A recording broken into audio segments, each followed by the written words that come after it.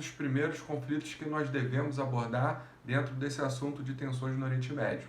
O outro é justamente a Revolução Iraniana. Se vocês pegarem e fizerem uma busca rápida na internet, coloquem Irã nas décadas de 50 e 60 e Irã na década de 80, 90 e anos 2000.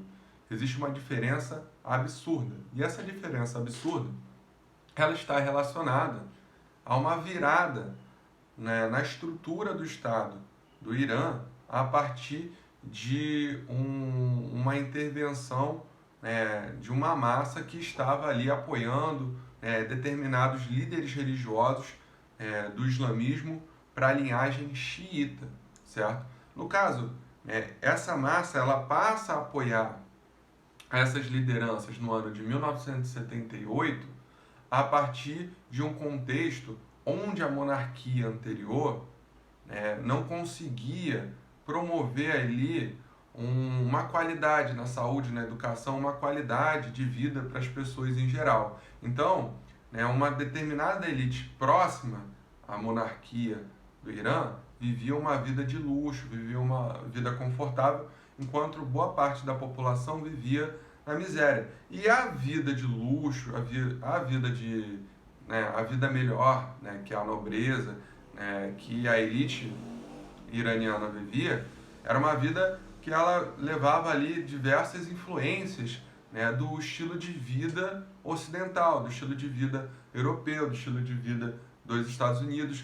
Então, aquele estilo de vida que estava ligado à elite iraniana, ele vai passar a ser observado como algo ruim, algo que está corrompendo a população. Então, os fundamentalistas dentro do Irã vão trabalhar toda uma história, toda uma retórica, falando contra um discurso firme, forte, contra os valores ocidentais que estavam corrompendo a civilização iraniana.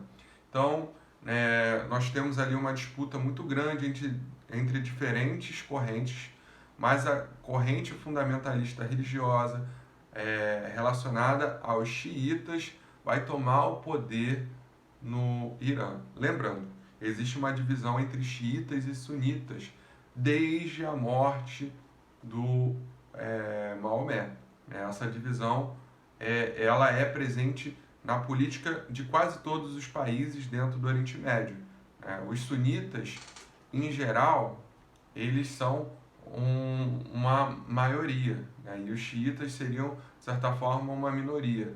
Os sunitas, eles estão mais relacionados à questão ali de seguir o que foi pregado pelo Maomé. E os xiitas, eles já seguem uma linha de líderes religiosos mais relacionados à linhagem tradicional do Maomé, certo?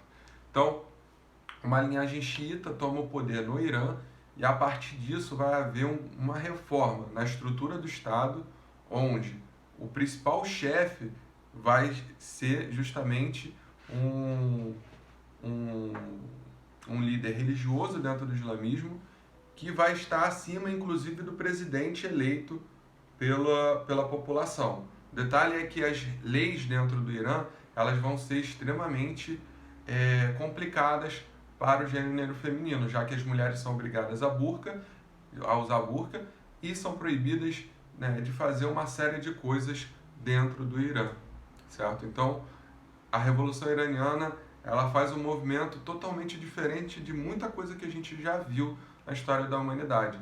Eles saem de uma monarquia e se tornam uma república, mas é uma república fundamentalista religiosa, ou seja, um Estado teocrático, uma república teocrática, onde existe uma interferência direta da religião dentro de toda a organização do Estado, certo? Então, quando o Irã passa por essa revolução, os Estados Unidos observam todo o discurso contra o Ocidente, contra os valores ocidentais. E o medo dos Estados Unidos e de outras potências da Europa era de que esse discurso anti-ocidentalismo poderia aí estar influenciando outras regiões, outros países no Oriente Médio, certo? E aí entra uma jogada dos Estados Unidos. Os Estados Unidos vão apoiar uma guerra do Iraque contra o Irã. E quem era o líder do Iraque naquele momento era justamente o Saddam Hussein. Ou seja, o Iraque ele vai ter ali dentro da sua montagem de máquina militar, de treinamento e tudo mais, um apoio dos Estados Unidos para vencer aquele inimigo que era o Irã. Só que mais à frente, após a guerra contra o Irã, onde o Irã sai derrotado, nós vamos ter o Iraque se tornando um inimigo dos Estados Unidos, pois o Saddam Hussein ele queria justamente expandir o domínio do Iraque sobre outras regiões ali no Oriente Médio, como o Kuwait. Regiões essas que eram ricas em petróleo. Na argumentação do Saddam Hussein, ele queria justamente tomar os petróleos dessas regiões que já estavam sendo influenciadas pelo capital estrangeiro. E a partir disso, ele iria distribuir, de certa forma, a riqueza para os países e para as populações dentro do Oriente Médio. O detalhe é que, obviamente, quando ele tenta tomar o território do Kuwait, e lembrando, o Kuwait, durante toda a guerra do Irã, o Kuwait também ajudou ali com mantimentos, ajudou ali com empréstimos, e quando acaba a guerra contra o Irã, o Iraque não vai querer também pagar essas dívidas que tinha com o Kuwait. Então nós temos esses elementos aí por trás também. Bom, nesse sentido, o Saddam Hussein manda atacar o território do Kuwait e aí vai acontecer o seguinte, um conglomerado de potências europeias vão se unir contra o Iraque.